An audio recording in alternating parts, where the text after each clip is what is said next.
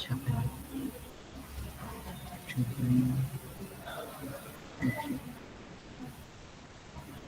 Iya Mas. Halo Mas Nasruddin. Halo Mas Nasruddin, ada yang bisa dibantu? Maaf Pak, kepencet tadi Pak. Oh, oke. Siap. Oke, saya mulai ya.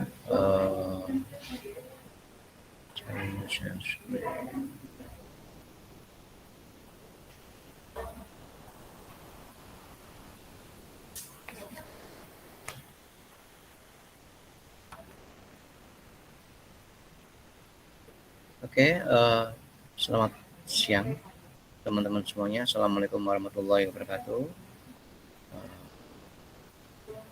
Hari ini kita ketemu di mata kuliah sistem operasi untuk minggu ketiga.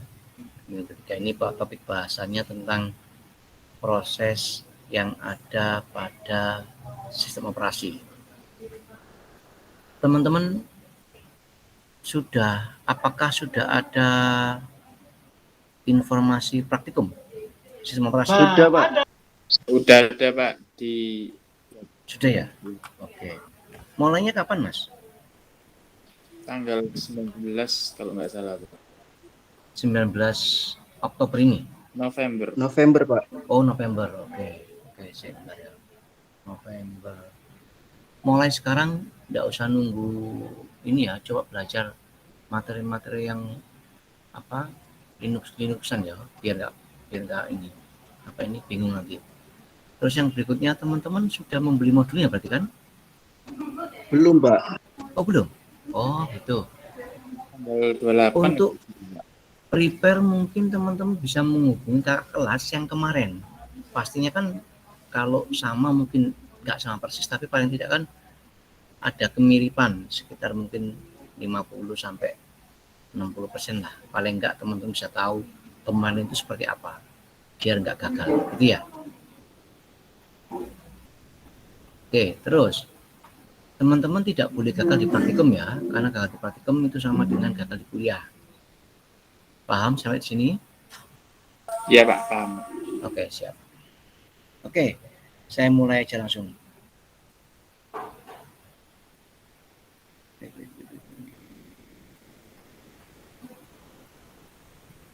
Di minggu kedua kemarin kita bahas tentang struktur sistem operasi.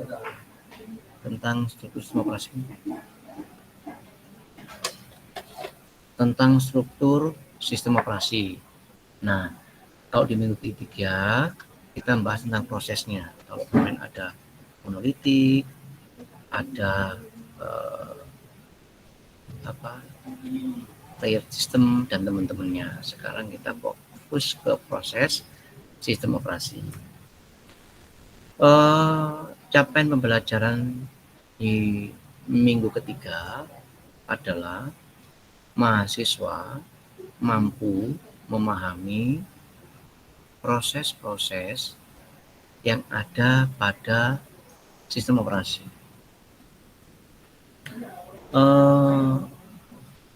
Kenapa kok mahasiswa harus mempunyai kemampuan untuk memahami proses sistem operasi? Karena saat proses sistem operasi dipahami oleh mahasiswa, maka nantinya mahasiswa akan paham bagaimana mengelola proses yang ada di sistem operasi, sehingga teman-teman nanti bisa menjaga bagaimana menggunakan komputer dengan baik dan benar. Seharusnya itu dampaknya seperti itu. Nah, ringkasannya saja di nanti mata kuliah ini adalah yang perlu diingat-ingat. Satu adalah program yang sedang dijalankan itu pada dasarnya adalah sebuah proses. Diingat-ingat yang pertama, program yang sedang dijalankan komputer pada dasarnya adalah sebuah proses. Jadi kalau teman-teman sekarang saya mengaktifkan Microsoft Word, maka sedang berjalan proses Word. Yang pertama. Yang kedua, proses itu dapat diciptakan dan dapat pula dihapus. Jadi sebuah proses itu dapat diciptakan dan dapat pula dihapus. Yang saya garis sebut itu yang penting. Proses dapat diciptakan dan dapat dihapus. Yang ketiga, metode pengelompokan file. Metode pengelompokan file itu disebut dengan konsep directory. Teman-teman sudah harus paham. Jadi metode pengelompokan file itu disebut dengan konsep directory. Teman-teman nanti kalau pas belajar Linux, modenya mode CLI, teman-teman harus paham maksudnya dan artinya, atau arti dan maksud. Misalnya CLI, kamu coba cek di Google, what is CLI, atau CLI stand for gitu ya. Stand for itu singkatan dari gitu. CLI itu singkatan dari command line interface gitu. Nah, teman-teman belajar semuanya. Kenapa kok begitu? Karena nanti ada hubungan banyak dengan main-main CLI-an di Linux. Oke. Yang keempat yang harus diingat kembali adalah hierarki pengelompokan file. Aduh, salah ini. Aku tak ganti aja. Pengelompokan.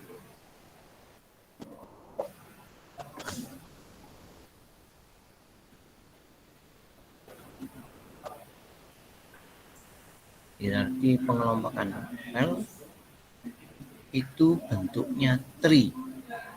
Tree itu kayak pohon.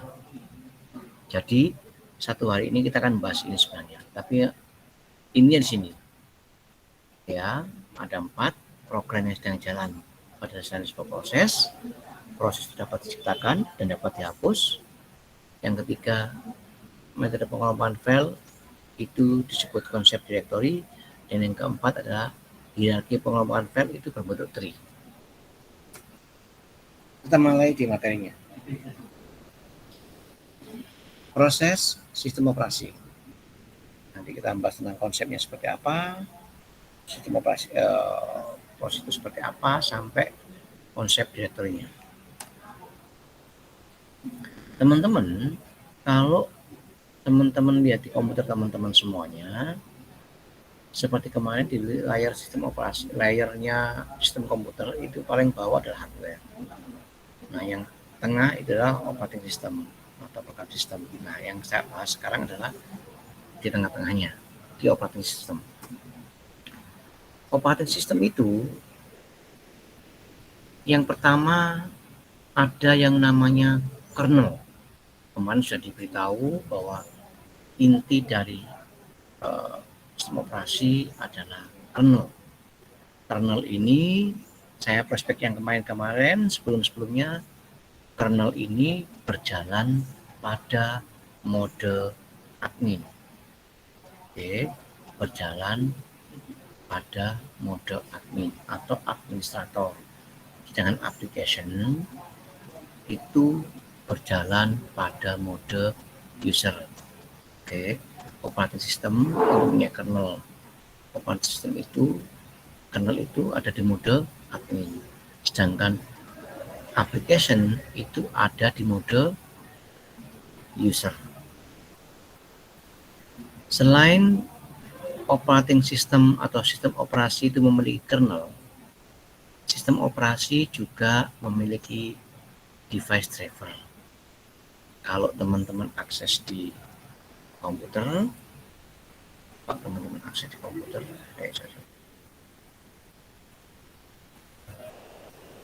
kalau teman-teman akses di komputer nih,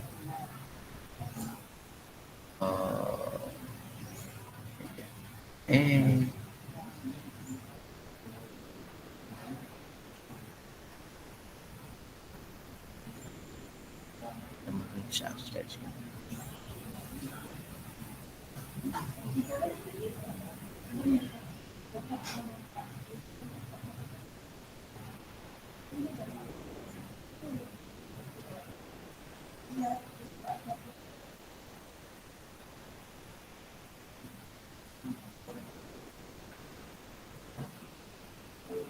sini.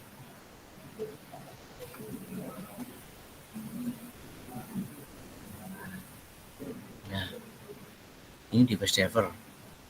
Jadi teman-teman bisa cek di masing-masing komputernya masing-masing. Kalau ada yang tanda begini berarti belum terinstall dengan baik dan benar, meskipun bisa jalan. Ini biasanya perlu diupdate nanti. Ya, ini kalau mau diupdate dengan update aja. Tapi kalau dibiarkan sama masih bisa jalan, biasanya teman-teman tidak pernah akses. Kalau mau sempurna mau silakan. Tapi tidak semua nanti bisa betul kan setelah diupdate tambah error semua karena crash dengan yang lainnya. Nah, di setiap perangkat peripheral ini itu mesti memiliki device driver. Supaya apa? Supaya ini dapat berjalan dengan baik dan benar. Kalau di sini teman-teman bisa lihat ada 2 VGA double ya. Yang satu Radeon R7, terus nanti ada R6. Nah, terus bootnya pun sama. Terus baterainya juga sama. Komputernya ACPI, di sini harddisknya, SATA-nya seperti ini sampai semuanya. Oke, ini semua di sini. Jadi ini salah satu bagian yang ada di dalam sistem operasi. Device driver. Nah, oke, device driver di sini. Yang berikutnya adalah user interface. Jadi selain kernel, device driver, ada UI atau user interface yang muncul di masing-masing OS. Masing-masing OS punya UI dan penciri sendiri-sendiri. UI itu nanti berhubungan satu bagian atau dari satu sistem operasi. Andai kata teman-teman membuat aplikasi untuk Mac, maka UI-nya juga harus menyesuaikan dengan Mac. Misalnya nih, tombol Mac biasanya sebelah kanan itu untuk close, terus mau taruh sebelah kiri. Itu akan merubah user experience. Jadi ini kan UI ya, bahasa kerennya UI. Kalau Mac itu aplikasinya sebelah kanan itu tombol untuk close, terus sampai membuat tombol untuk close sebelah kiri, maka itu akan merubah dari user experience atau UX. Oleh karena itu, UI biasanya bergandengan dengan UX. UI itu sebagian dari UX, karena UX itu untuk sebuah produk. Teman-teman harus paham, UX itu produk, bukan software. User experience is different from UI. Kalau user experience itu bisa berhubungan dengan kayak begini, tuh ini alat, atau pulpen yang begini, atau kayak gini stabilo. Ini punya UX sendiri. Kita tidak bisa ngomong ini pun akan berbeda dengan ini. Ini upline, kenapa? Mau sama nih upline-nya. Ya, terus ada lagu satu yang satunya itu berbeda. Mana ya? Oh, ini dia. Ya, saya punya ini. Ini pun sama, loh beda. Kenapa kok mereka nyiptain bentuk yang berbeda-beda? Karena mereka punya UX sendiri-sendiri. Experience itu tidak bisa didapetin dari ini, yang kita garap aja. Bentuknya seperti ini, bentuk ini ada gripnya. Kalau artline ada gripnya plastik. Ya, teman-teman sudah paham sekarang nih, kenapa kok diciptakan banyak sebuah produk. Dan produk itu maksudnya di UX, bukan di UI. Kalau untuk aplikasi baru ngomong ke UI. Setelah UI ada lagi sistem utilities. Teman-teman kalau punya tool-tools yang lain, tool yang ada di Windows by default, Ya, seperti yang di program Samen itu. Kalau di sini tadi mana ya?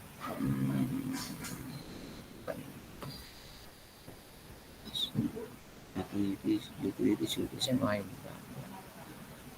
Kalau teman-teman ada di Windows itu, ini banyak. Nah, kayak begini. Ada yang diinstal, ada yang otomatis bawaan dari OS. Oke, banyak banget tuh.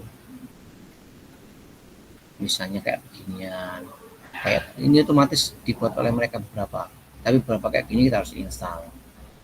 Ya, utility yang lain. Terus kita ngomong balik ke materi. Nah,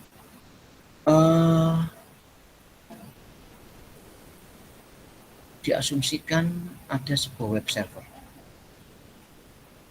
Sini. Di sini sudah ada web page, ada file grafik, ada dokumen dan lain-lainnya. Saat user 1 akses internet untuk ngambil ini, maka dia akan menuju ke tindakan tertentu. Misalnya si A mau akses file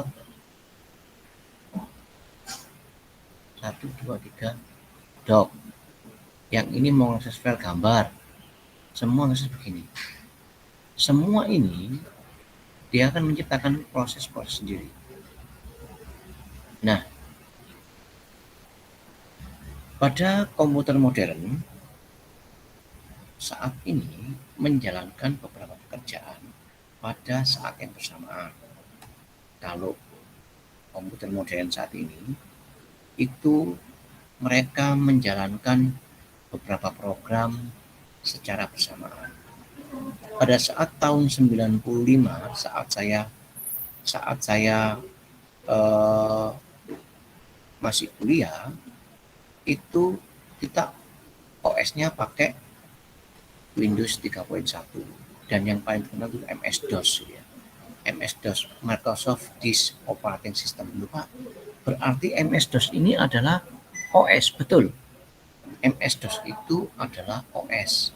OS yang saat itu sistemnya adalah monoprogramming. Artinya hanya satu buah program, hanya satu buah tindakan saja, hanya satu buah aplikasi saja yang bisa berjalan di setiap saat. Kayak begini contohnya. CMD.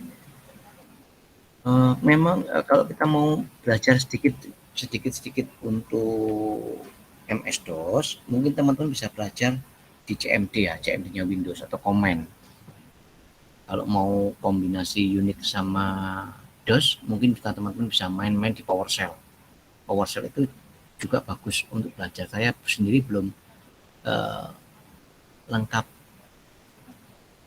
Bentar Mas ya. Bentar. Ya.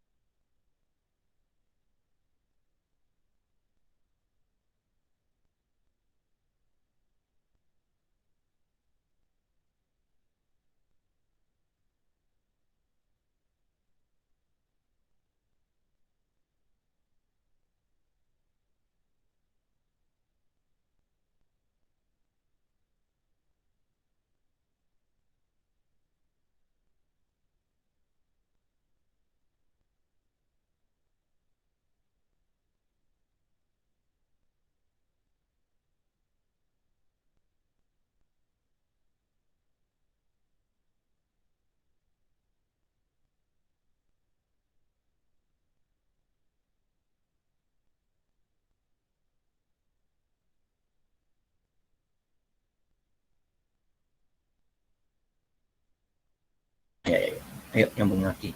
Oke ya. Nah ini kita belajar sedikit tentang MS-DOS. Jadi kalau di sini, kalau di DOS itu, kalau kita menjalankan satu proses, maka hanya satu proses itu aja yang bisa berjalan. Misalnya saya mau anggap aja ini menjalankan sebuah perintah, misalnya ya, misalnya saja ini, misalnya saja. Oke. Nah, ini. Maka di DOS itu kita tidak bisa menghentikan satu proses, kita tidak bisa menggunakan proses yang lain sebelum proses ini berhenti. Teman-teman bisa lihat apa yang tak share ya? Halo, halo? Ya, Pak. Halo? Halo. Bisa Bisa ya? kok, Pak. Kelihatan kelihatan sih bisa ya. Saya Nanti tolong kamu punya- bunyi ya. Bunyi aku bingung nanti. Tak pikir nanti putus hubungan. Oke ya. Nah, Iya, Pak. ini gitu, Wes. Tadi kan sudah diberitahukan di awal-awal di ringkasan eksekutif bahwasannya sebuah proses itu dapat diciptakan. Ini menciptakan ini. Tapi sebuah proses juga bisa dimatikan. Nah, ini tak matikan paksa. Terlalu lama, Pak. Oke, tak kontrol. Selesai. Selesai. Ya, tak kayak jelas sedikit demi sedikit ada proses diciptakan. Ini nanti namanya proses. DOS itu jalan situ, jalan semuanya. Kalau dulu zaman saya, waktu masih tahun 95 96 itu, kami suka main game itu namanya prehistorik. Kamu coba cek nanti prehistorik gitu, gamenya seperti apa. Lalu ada lagi Lotus gitu ya. Lotus apa ya? Aku lupa enggak.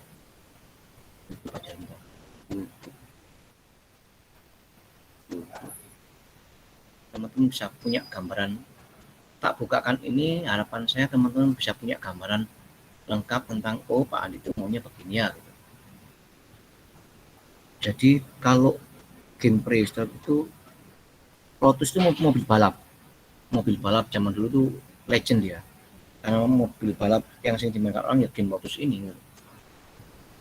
Lotus ya Allah, Lotus game, kalau salah saya lupa. Nah ini nih, kayak ini nih, ini game Lotus zaman dulu. Ini game, kalau menurut saya game yang betul-betul bisa menginspire pemainnya nih. Bisa lihat kenyataan kayak game beneran gitu. Kayak betul-betul mobil. Ini banyak yang dimainkan dulu nih. Ini lambat ya. Nanti aja deh. Terus ada lagi game namanya Prehistoric. Prehistoric. Nah ini game. Nah kayak begini nih gamenya. Gamenya betul lumayan bagus ini. Sehingga banyak saat itu kalau nggak orang-orang main Prehistoric, main Super Mario Brother, atau main ini apa yang mobil-mobil tadi. Kalau Super Mario kan mainnya di apa ini ya, di Spica atau Nintendo. Kalau ini seperti laptop, komputer, jangan sakmono. Ya, kita pause sebentar ya Mas ya, sebentar aja.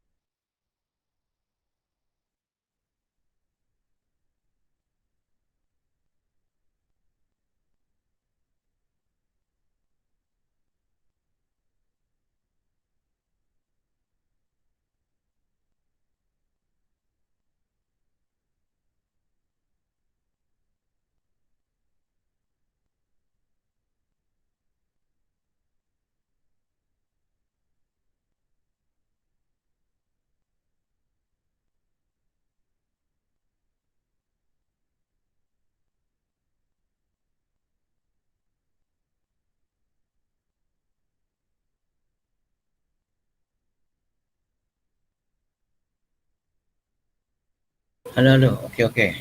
Lanjut. Eh, kalau tadi sudah prehistorik ini, artinya kalau game itu berjalan di mode DOS sudah nggak bisa ngapain tuh. Proses yang lain tidak akan bisa jalan. Terus kita lanjut ke materi berikutnya. Jadi kalau zaman dulu, oh ya sama dengan ini. Di tahun 95, 96, 98 lah, di Windows 95 kalau nggak salah itu. Jadi kalau saat saya menjalankan sebuah file, misalnya film ya, movie itu akan membutuhkan pelayanan dari sistem operasi di bagian VGA, di bagian MPEG ya kalau zaman dulu, terus sama sound. Nah, dulu saat satu film itu berjalan, maka film yang lain tidak akan bisa dimainkan atau cuma satu aja. Kalau andai kata ada film yang lain dimainkan, maka bunyinya MMI device error. MMI device error. Kenapa? Karena dulu masih belum support yang seperti saat ini nih. Contoh saja kalau saya punya film itu tak taruh di bagian kecil.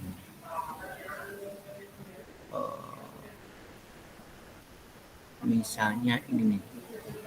Ini misalnya. Udah nggak ya? Ini tak mainkan misalnya.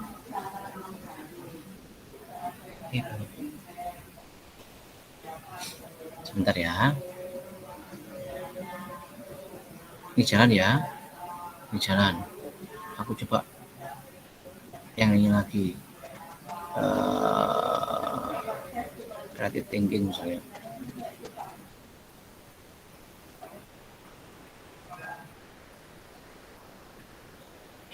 Creative thinking. Konsep. Ada nggak ini? Oke. Yang ini, kalau misalnya saya membuat tadi, kalau sama-sama nggak bisa nih. Saya mau cek yang tadi, yang pakai yang lainnya.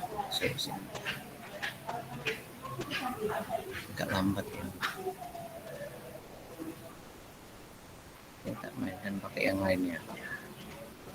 Open ini.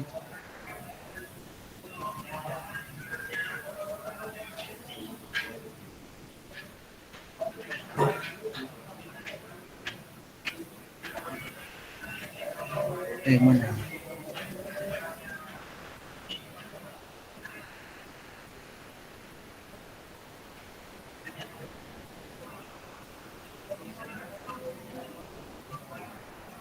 Jadi ini masih bisa jalan. Sebenarnya ada lagi kalau ini kemana kenapa?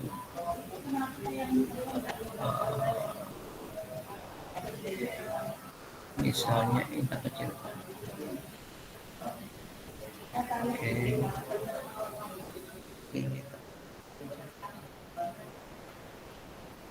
kita kecil. Nah, ini jalan.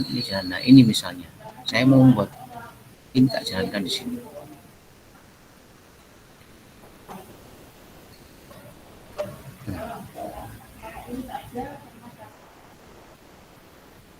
Kita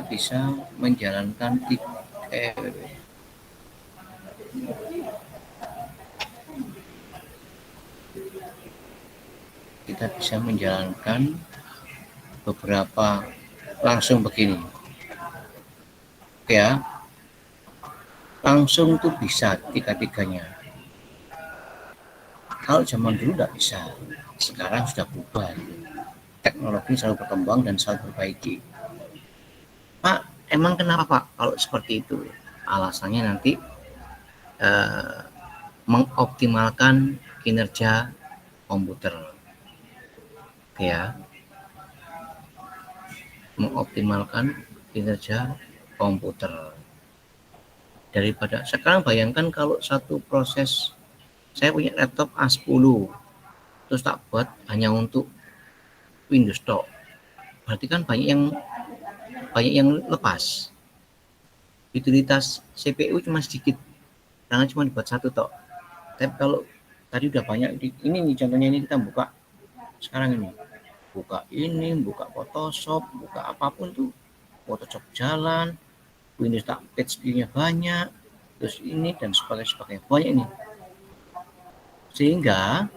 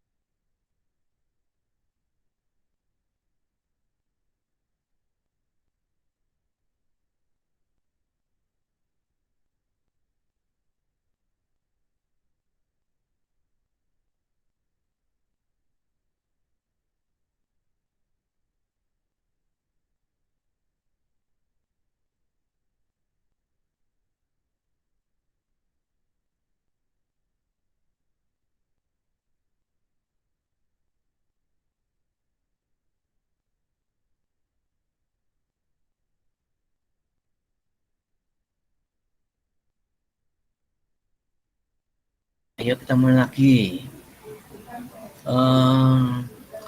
Udah sekarang. Oke. Kalau jalan satu ya satu. Kalau movie tadi udah banyak nih. Tujuannya apa? Supaya bisa jalan baik, supaya bisa utilitas CPU itu bisa tinggi, gak cuma kecil sedikit. Kalau teman-teman itu bahasa kerennya berkinerja, bisa ini, bisa itu, ngerjain itu dalam satu hari itu cukup bagus. Oke, sip. Sampai di sini ada yang belum dipahami enggak? Halo, teman-teman. Apakah ada pertanyaan? Halo? Halo Mas, Mbak. Apakah ada pertanyaan? Belum, Halo, Pak. halo. Oh, belum ya? Jawab apa ya? Oh, jawab bingung kok. Tak pikir aku mati loh. Tolong jawab ya. Belum. Lanjut. Oke, siap. Nah, Pak, kenapa sih kok kita belajar proses? Di bukunya Andrew S. Tanenbaum itu mengatakan bahwa konsep utama sistem operasi adalah proses. Kenapa kok proses ini konsep utama? Karena proses ini akan membuat kita supaya berhati-hati dalam menggunakan komputer dan bisa memahami bagaimana komputer itu jalan, aplikasi itu berjalan, sehingga dapat dipahami, oh kita harus berhati-hati, kenapa kok mesti pakai yang original, kenapa harus pakai yang bajakan, misalnya kita nggak punya duit ini Pak, tapi ya usah apa-apa, itu oke. Tapi semua punya resiko. Oke, balik ya. Konsep utama sistem operasi adalah proses. Tadi saya jelaskan bahwa sebuah proses itu pada dasarnya adalah program yang sedang dieksekusi. Oke, sebuah program yang sedang dieksekusi. Sebuah program itu saat dieksekusi itu isinya apa Pak ya? Satu, isinya adalah program itu sendiri. Ya MS Word-nya itu, ya PowerPoint-nya ini, ya Explorer itu isinya. Terus yang kedua, program counter PC, kalau disingkat di ini, kalau mata kuliah apa ya, Arkom atau Orkom, saya lupa itu dulu. Ada program counter, ada lagi stack pointer, ada register AX, BX, CX, DX gitu ya. Kalau AX, BX, CX, DX itu 16 bit, kalau AH, AL, BH, BL, CHCL sama DHDL masing-masing 8 bit. Dan semua informasi yang ada saat eksekusi program tersebut berjalan. Misalnya satu, jumlah RAM yang jumlah page yang diambil ya. Kalau ada di komputer itu di DX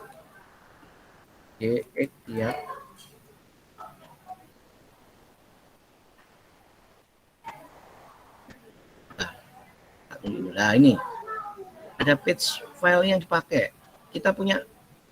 Saya punya memori RAM saya 12 GB. Saat ini udah dipakai 8 GB nih. Tinggal 4 GB. Nah, ini informasi ini muncul pasti di setiap proses.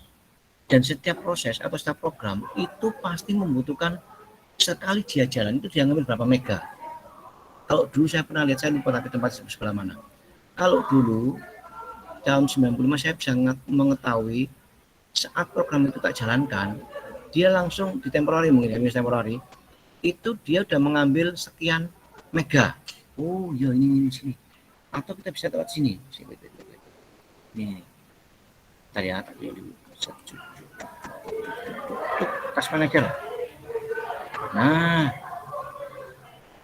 di task manager itu kita tahu nih informasi yang berhubungan dengan proses yang sedang berjalan. Nih, cepat cek sama mas-masnya, mbak-mbaknya. Task manager saya. DirectX itu CPU 0%. Memori dipakai 8,3 mega. Disk 0, ini 0. Google Chrome sekian. Ini kalau saya banyak tab Google Chrome makanya muncul semuanya. Terus konsol Windows host sekian. CPU dia nggak butuh 0,8. Enggak ya, waktu kita download pasti akan muncul disknya berapa. Google Chrome sekian. Ini masih yang milik kita nih yang ganti terus ini. Memori dibutuhkan. Terus ada lagi MS Word. Yang saya buka itu butuh 24 atau 76 mega. Ini di sini enggak ya? Bentar. MS Word mana ini?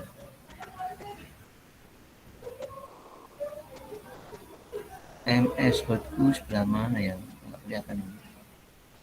Excel. Foxit 57 mega. Jadi setiap apa yang kita jalankan itu mesti buka, dia mesti ngambil. Zoom butuh sekian. Overall ini sekian. Terus MS Paint, Excel 50 mega. Ini 50 mega. CPU-nya dia jalan, idle. Oke ya. Sampai di sini teman-teman. Ada yang belum dipahami? Apakah sudah?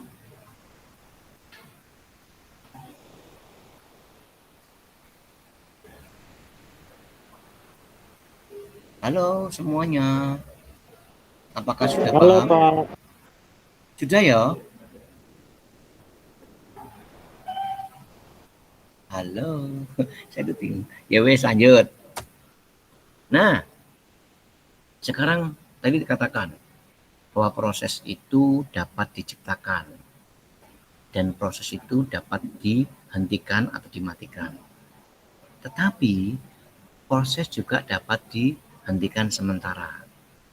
Kalau teman-teman bahasa kerennya di mata kuliah ada request, itu minta pelayanan, ada release, itu dimatikan atau dihentikan, mati total, stop ya, bahasa keren stop.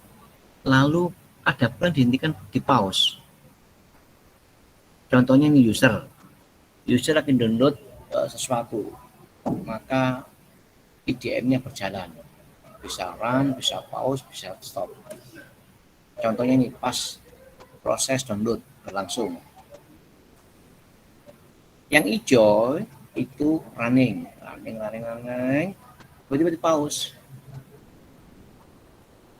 Pause itu sementara ya. Jadi saat di pause itu state akhir, pas mulai lagi itu dari state terakhir dia berjalan.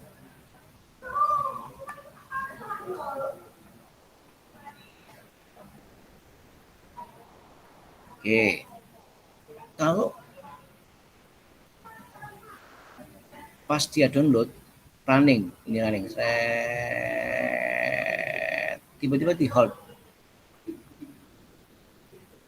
misalnya sekian. Nah, pas di hold ini atau diberhentikan sementara, terus resume gitu, resume itu dia mulainya bukan dari awal, tapi dari titik terakhir dia berhenti. Oh, di sini saya berhenti lagi misalnya di sini. Dijalankan lagi, dia berjalannya dari titik terakhir ya, dari sini. Kalau sampai selesai ya finish berarti. Tapi kalau tiba-tiba dihentikan atau terhentikan, merah, maka semua proses yang tadi itu di cancel semua atau berhenti. Ya, sampai di sini ada yang kurang jelas? Sudah? Halo? Sudah ya? Oke, lanjut. Nah, di dalam sistem operasi itu dikenal juga namanya sistem call. Pak, sistem call itu apa? Sistem call itu sekumpulan instruksi tambahan yang menghubungkan sistem operasi dengan pengguna. Sistem call ini adalah sekumpulan instruksi tambahan yang menghubungkan sistem operasi dengan pengguna. Misalnya exit, misalnya dir, gitu. Misalnya run, seperti itu. Nah, sistem call ini dapat dibentuk dan dapat pula dihapus. Beberapa hal yang perlu diperhatikan dalam sistem operasi selain proses, yaitu yang lainnya lagi adalah file. Ketiganya adalah sistem keamanan. Yang ketiga sistem call, dan nanti antara teman-teman akan berkecimpung dengan shell gitu, corn shell, bash shell gitu biasanya. Teman-teman nanti akan mengenal di praktikum SO. Ada bash shell, ada corn shell, ada macam-macam lah. Yang penting tahu dulu aja sementara. Ya, next. Nah, diasumsikan bahwa hanya ada single prosesor. Kita tidak ngomong yang prosesor ada 2 atau ada 4. Atau ada 2/0, 2/1, 2/2. Teman-teman harus mengingat ya, 2/01, 2/1, 2, 2/2, 4, 2/3, 8. Biasanya di komputer kan menggunakan 2/n. Jadi bunyinya begitu. Kalau ada satu prosesor ada, 2 prosesor ada, 3 prosesor tidak ada, yang ada mesti 2/2, 4 berarti. Atau 5 prosesor tidak ada, yang ada 8, bukan 6 prosesor ya. Oh betul, iya. Loh Pak, tapi di sistem ini kok ada Pak 6 CPU gitu. Ya nanti ada alasan tertentu kenapa itu muncul. Tapi biasanya kan dibuat modelnya 2/n. Nah, di sistem operasi ada model proses sistem operasi.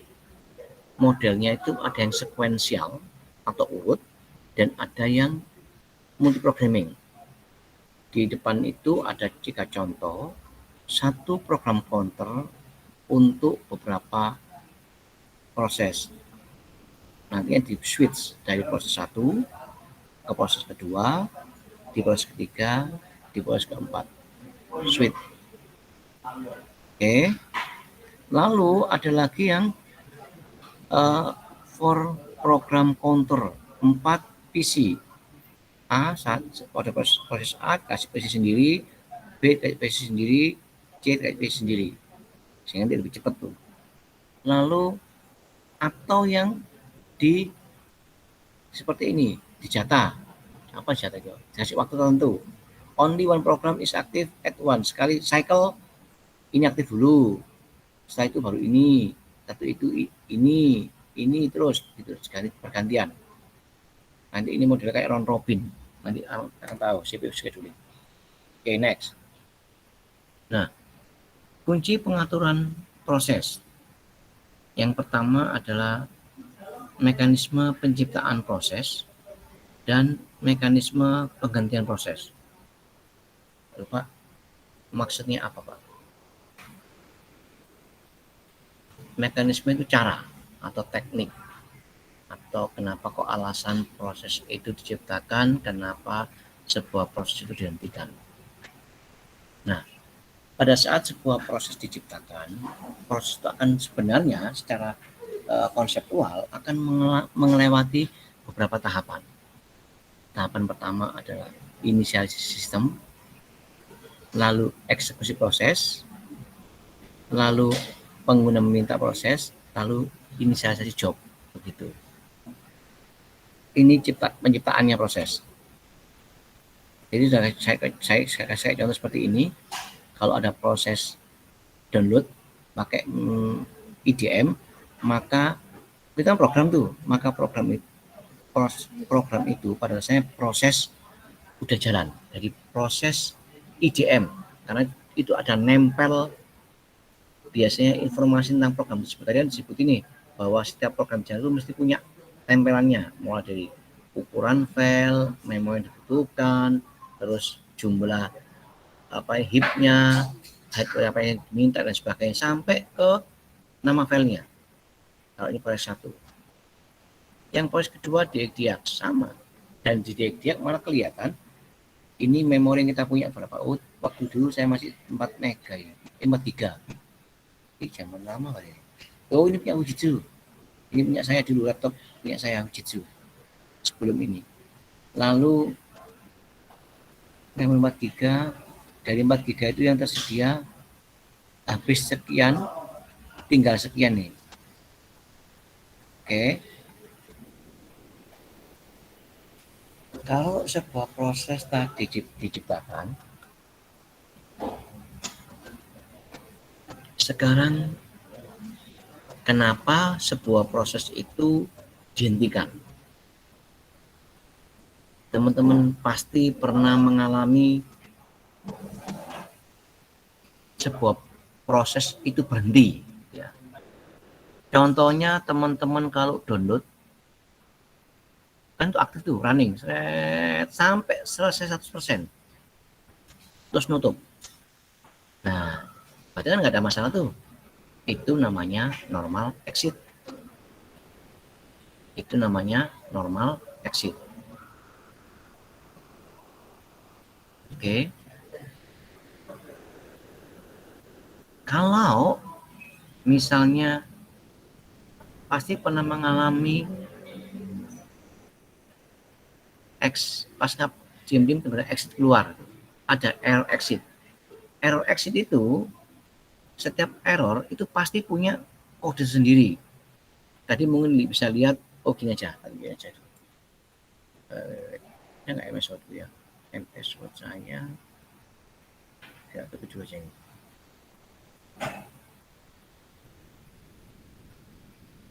Kayak gini, ini exit terus mau masih ada print informasinya.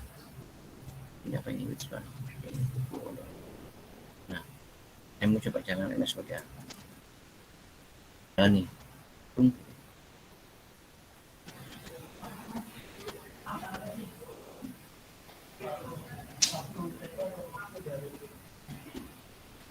Oke, kita mengklik nih. Misalnya, selamat datang di kampus Tats. Jangan pantang menyerah. Senang selalu menjadi lebih baik. Simpen. Saya main cek kan. Mas bisa lihat ini ya, Mas sama Mbak ya. Bisa lihat? Oke. Coba nih letak. Oke, menyimpan itu kan bisa pakai banyak cara tuh. Sekarang saya simpen. Tuh, saya hang. Coba cek. Cek. Manager. Oke.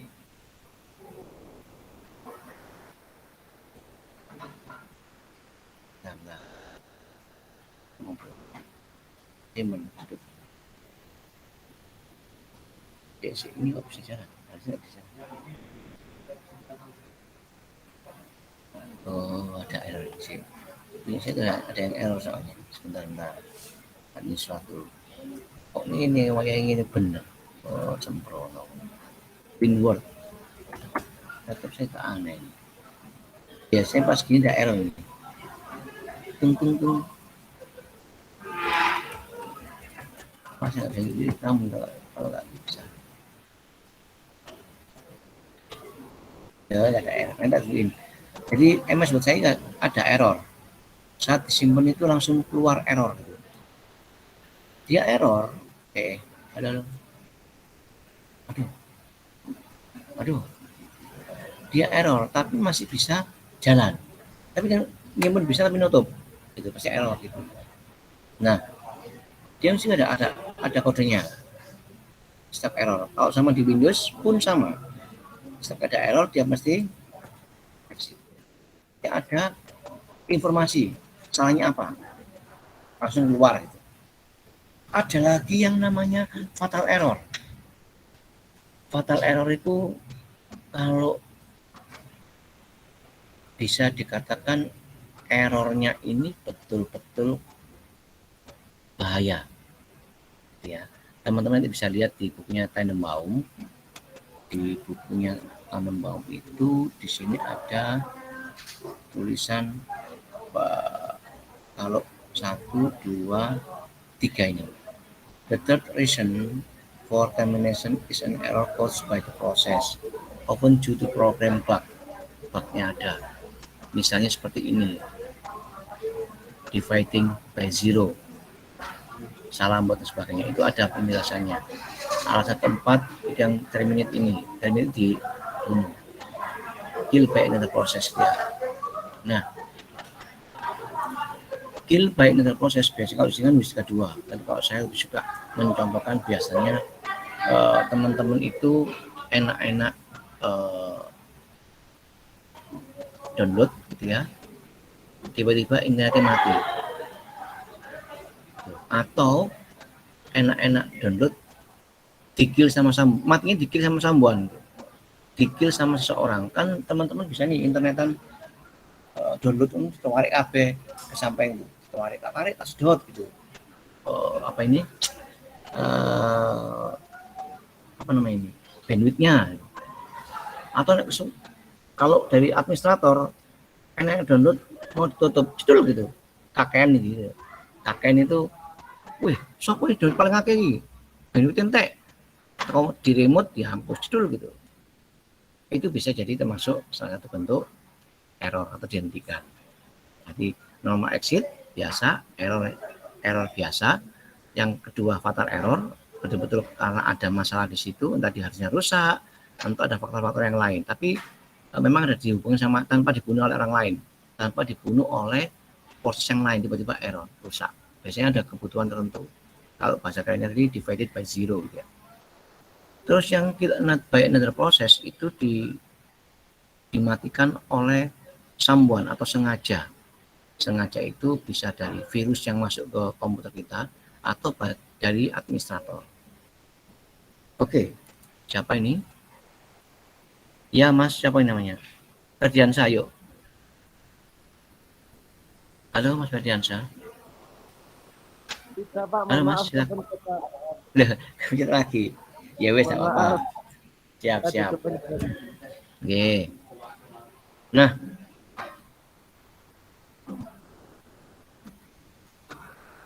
sebagian besar sistem operasi pada saat penciptaan proses induk dan proses anak dapat membentuk proses yang lain yang sama dengan proses awalnya. Oke, metodenya tadi disebutkan metode pengelolaan file itu menggunakan konsep directory. Hierarkinya pakai proses tree. Oh, udah tak tutup. Saya tambah lagi CMD. Nah, kalau saya mau mengumpulkan sebuah file, maka saya harus mengumpulkan parsel tempat. Bayangkan laci di rumah teman-teman, ada laci gitu, Laci itu bentuknya seperti ini misalnya. Kalau yang begini ini laci, ya. Laci ini kan punya sub 1, sub 2, sub 3, sub 4, sub 5 gitu ya. Ada sub-subnya. Nah, masing-masing tempat ini kan bisa untuk nyimpan tuh. Oh, ini untuk nyimpan kaos, ini nyimpan baju, ini nyimpan celana, ini nyimpan peralatan kayak obeng dan sebagainya. Yang ini yang di bawah bagian itu untuk nyimpan minyak gosok dan sebagainya. Nah, metode ini namanya konsep directory, dikelompokkan per file tertentu. Nah, di dalam file pun sama. Kalau saya mau menyimpan sesuatu, saya mau nyimpan sesuatu ini, biasanya saya menyimpan file tertentu. File kuliah ya. Saya create directory namanya kuliah. Jadi kalau create directory terus pakai MD. Terus kalau mau lihat, mana nggak kuliah? Dir, dir ini berarti menyatakan directory atau apa maksudnya? Directory itu tempat ya. Ada nggak kuliah? Nah, ini kuliah nih. Ada kuliah di sini. Diciptakan tanggal 19 Oktober jam 11.53. Ini ada informasi ini. Saya mau masuk ke dia. Kalau saya mau masuk ke direktur tersebut, saya pakai CD. Kuliah. CD singkatan dari King Directory. Di sini apa? Tidak ada. Kalau bingung nih, CD gini, begini. Di Windows ini, itu muncul. Jadi kalau di Windows, pakai CD, akses tanya, langsung muncul display, tujuannya display the name of or change the current directory, menampilkan nama atau merubah direktori yang aktif. Bisa pakai CD atau cengdir ya, seperti ini. Terus sudah ya, sampai di sini. Terus saya kalau membuat lagi MD misalnya asal 2021. Cek. Langsung muncul. Doe asal 2021 ada begini. Ada 2.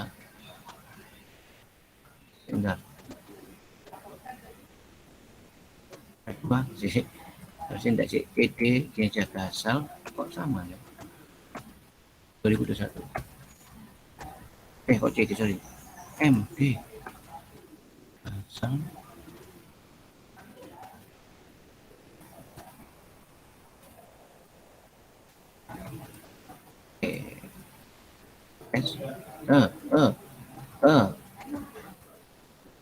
beliau sih. Nah, tak hapus itu RD. Kita bisa pakai RD 2021.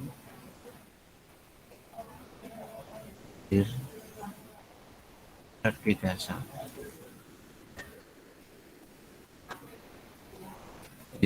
Saya mau coba buktikan. Kita masuk di CD dasar 2021. Terus itu ada mata kuliah saya membuat sosio T1 MD sosio kelas P MD sistem operasi kelas E misalnya P1 ya. Terus MD sistem operasi kelas misalnya kelas W. Kalau di Windows itu bisa pakai ini, Mas. Pak, pakai tombol up sama tombol down. Itu bisa mengganti tulisan ini. Yang dapat diketikkan. Tapi itu akan membuat kurangnya kemampuan sampean untuk mengenal aplikasi ini. Saya bikin sistem IMK kelas V MD Medpen kelas P5 gitu. P5. Kalau di dir langsung muncul begini. Ini semua file directory. Oke, sampai di sini saya mau nunjukin sekarang kalau pengelompokan file itu pakai directory. Konsepnya directory seperti ini. Nah, hierarki prosesnya itu berbentuk tree. Kalau di sini tak bersihkan dulu ya CLS. Terus saya ketik ini tree. Ini. Tree itu adalah di dalam DOS itu graphically display the folder structure of a drive or path. Jadi kalau di dalam konsepnya OS itu seperti itu. Ini contohnya gini, tak ketik tree dok. Tree. Langsung muncul begini. Kelihatan Pak? Tak tambahkan lagi. Misalnya aku masuk nih. PD IMK 5.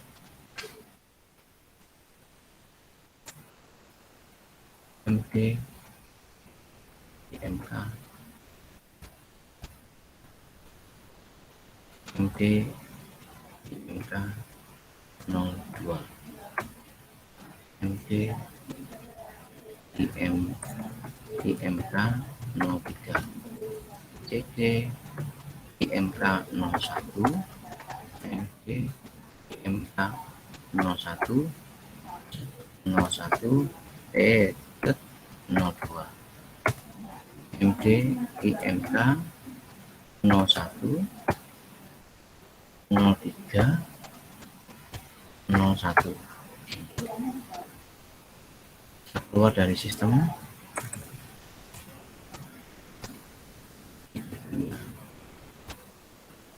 Tiga sampai E3. Teman-teman bisa cek kalau saat saya pakai tree-nya aktif di kuliah nih. Pad-nya di sini, di kuliah. Begitu tak ketik tree, maka yang ada dalam directory tree itu akan disampaikan seperti ini. Ada tree, tidak ada kuliah ya, kuliah itu sini root-nya, terus gasal, di dalam gasal ada IMK, ada Medpen, SO sampai sebagainya. Di dalam IMK ternyata ada ini. Di dalam IMK VLC ada ini sama ini. Nah, ini konsepnya tree. Sampai di sini paham? Ada pertanyaan? Sudah? Halo. Pak, permisi. Tadi, halo, iya. Pak, halo. Gimana? Tadi ada MD, Ya. MD ada yang huruf besar, MD huruf besar sama MD huruf kecil itu berpengaruh. Kalau di DOS tidak berpengaruh, Mas. Oh. Kalau di DOS tidak berpengaruh. Tetapi kalau di beberapa yang lainnya, SO yang lain SO, sistem operasi yang lain mungkin berpengaruh. Jadi kalau berpengaruh itu yang camel case dia, ada yang besar kecil berpengaruh, iya berpengaruh. Tapi kalau ini enggak. Oke, sudah, yuk siap. Yang lainnya barangkali?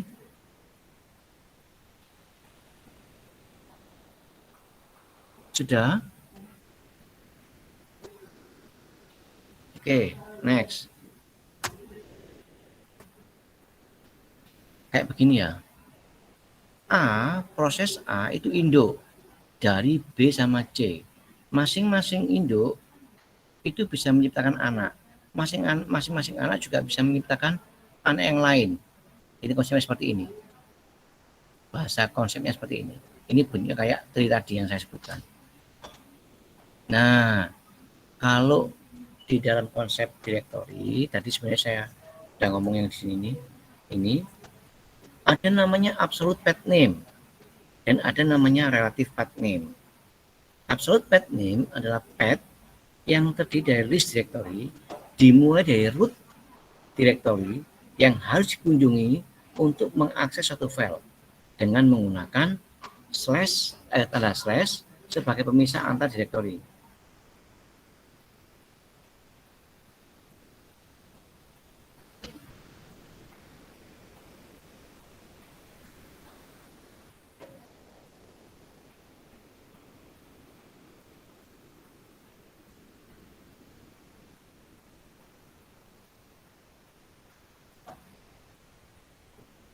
Terus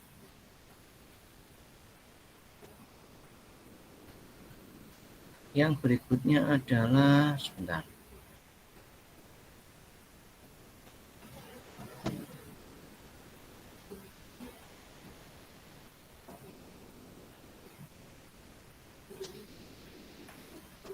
Jadi ada absolute path name, ada relative path name.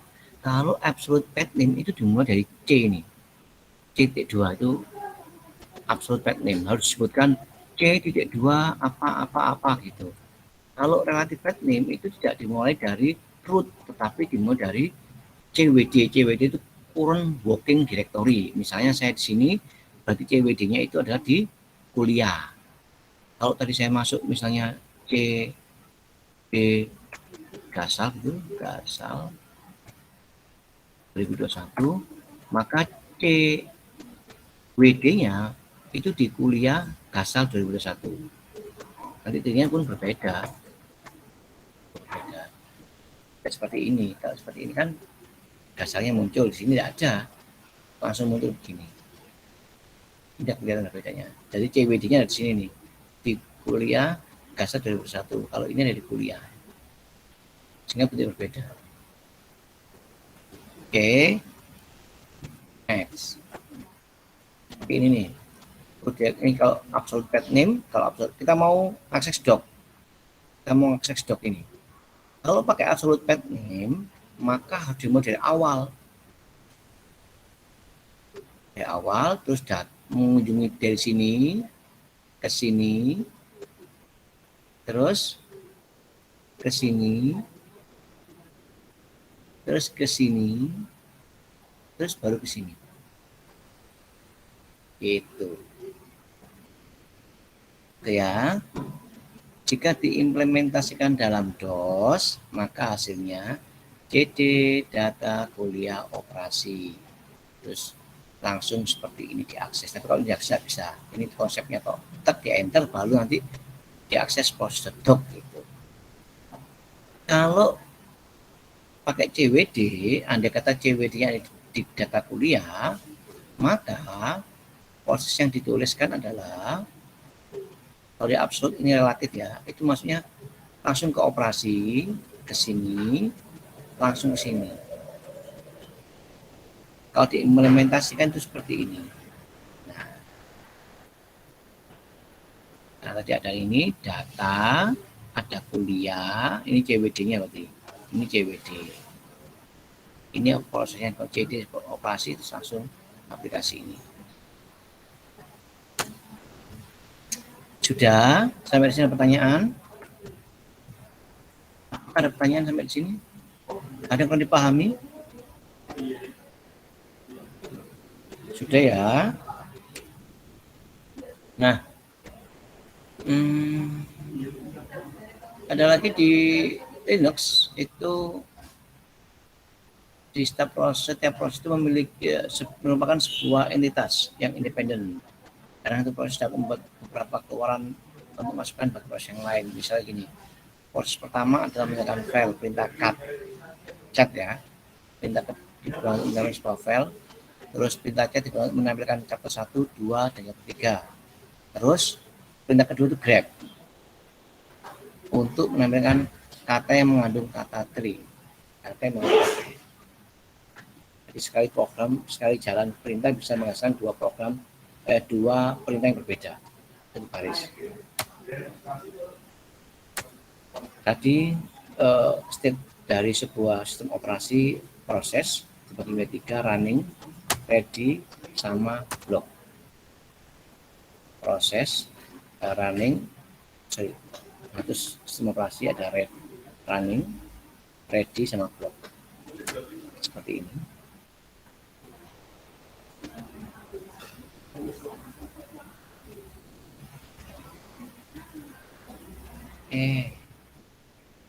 Running ke block adalah running ke ready ke running itu yang ketiga, block ke ready. Jadi ada tiga bagian, ada block, running ke ready itu berarti mandek atau ke block ya. Kalau yang keempat itu dari block ke ready itu jalan. Kalau ready bisa ke running, atau ini ke ready itu bisa.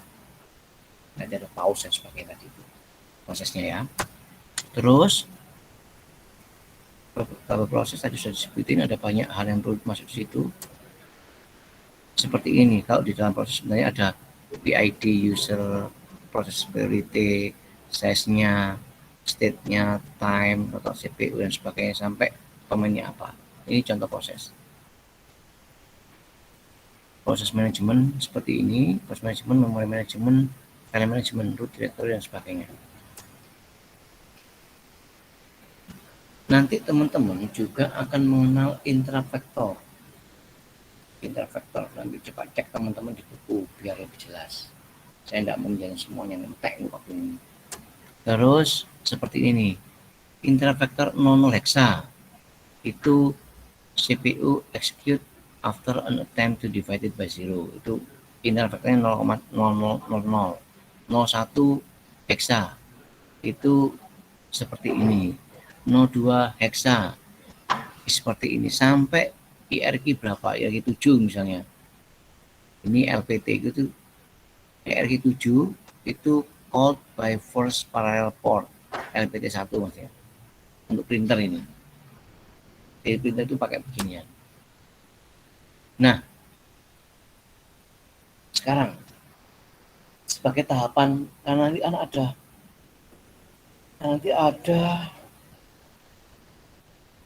kita kan ada respon tuh. Responnya untuk di minggu ketiga ini yang nomor 1 tidak bisa dibuat. Nanti nomor 1 bisa dipelajari sendiri. Kalau mau dikerjakan silakan. Terus yang nomor 2 sekarang, review command line. Teman-teman meskipun belum masuk ke virtualization, kalau teman-teman mau menggunakan virtualization atau VMware atau VirtualBox dipersilakan.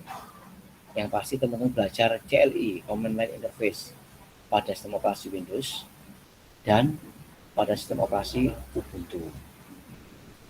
Oke, pada sistem operasi Windows maupun pada sistem operasi Ubuntu.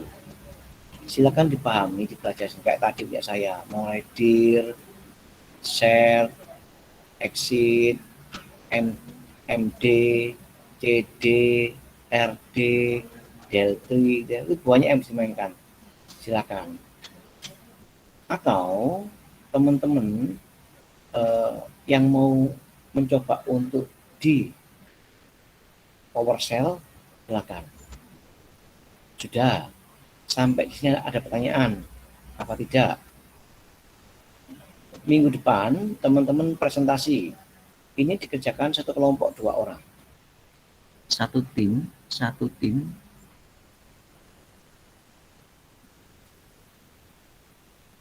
diisi 2 orang, 2 MHS. Silakan jika ada pertanyaan, teman-teman semuanya. Sudah jelas? Halo? Halo, Mas, Mbak? Kenapa nggak ada suaranya? Halo. Ya? Ya, Pak. Ada yang mau tanyakan, Mas? Atau yang kurang dipahami dari tugas? Tugasnya dikirim lewat email apa di GCR, Pak? Iya, lewat email aja, Mas. Mengirimnya lewat email aja. Per kelompok ya. Sudah, Mas Victor? Iya, Halo? Pak. Oke, siap. Yang lainnya barangkali Mas sama Mbak bisa main di Ubuntu. Harapan saya di Ubuntu supaya Mas Mbaknya nggak bingung nanti pas praktikum. Kalau wah saya udah pinter kok Pak di Ubuntu atau di mana Linux, saya mau di PowerShell aja ya, apa saya mau belajar, mau silakan. Dibuat selengkap mungkin ya, sepaham mungkin dengan bahasanya sendiri, bukan bahasanya blog atau apa. Nanti kan tidak biasa. Ya, sudah semuanya. Kalau sudah, saya akhiri perkuliahan ini. Teman-teman mengerjakan. Permisi Pak, Halo mau Mas Surya. bertanya. Yuk. Untuk deadline-nya kapan ya Pak? Oke, Terakhir.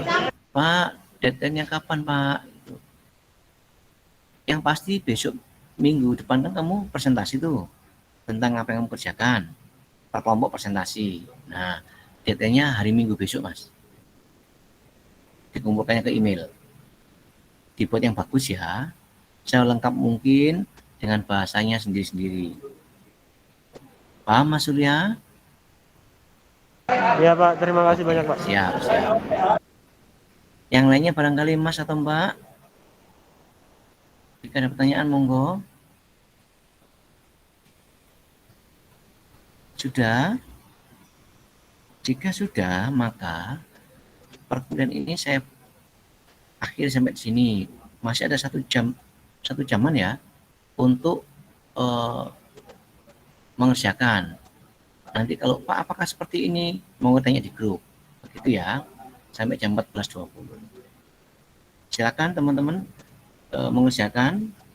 Jangan lupa, Pak saya bingung seperti apa. Download di PDF Drive. Ada banyak ebook tentang Linux, PowerShell, Windows, ada semuanya. Terima kasih semuanya. Jika tidak ada pertanyaan, selamat siang. Assalamualaikum warahmatullahi wabarakatuh. Yuk, Mas Udin. Mau bertanya Pak.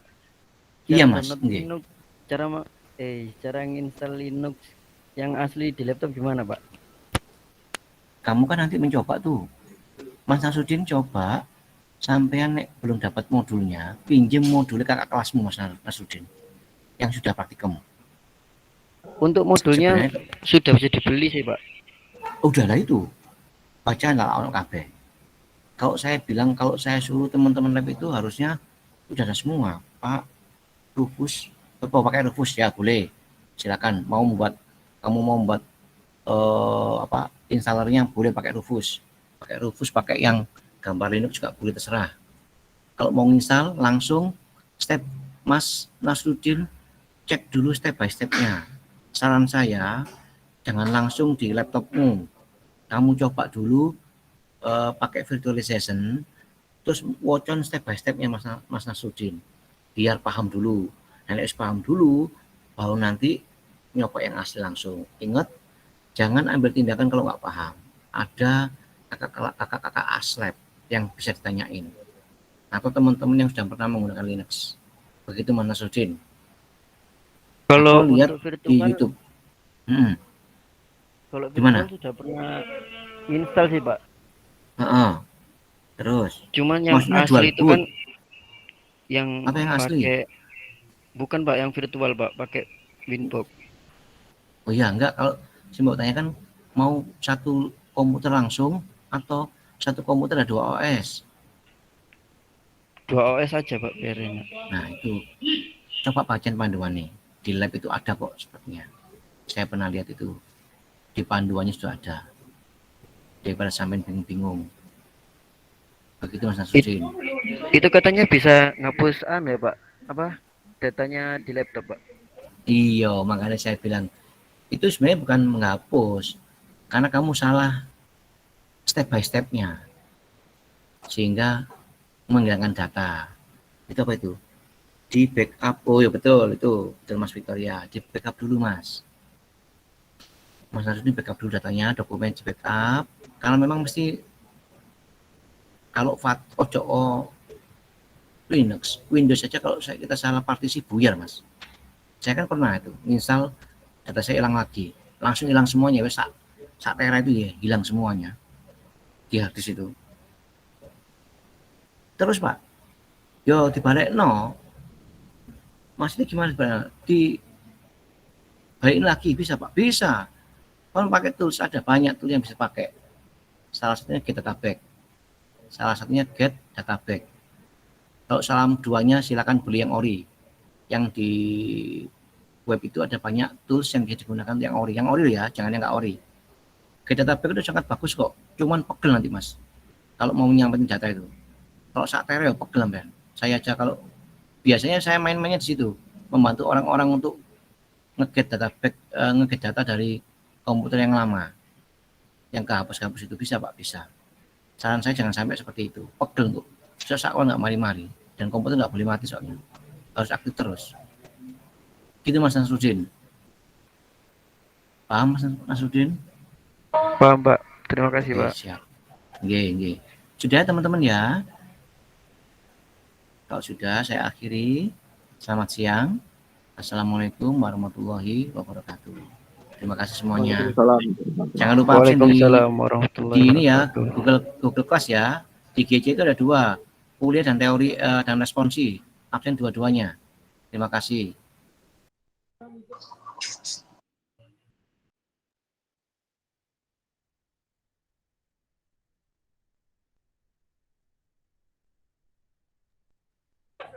Responsi.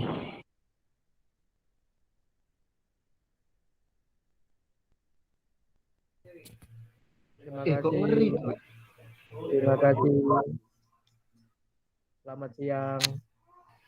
See you. Gue sok mati. Keluar Mas Danu keluar. Mas Nasruddin keluar. Wis buyar Mas.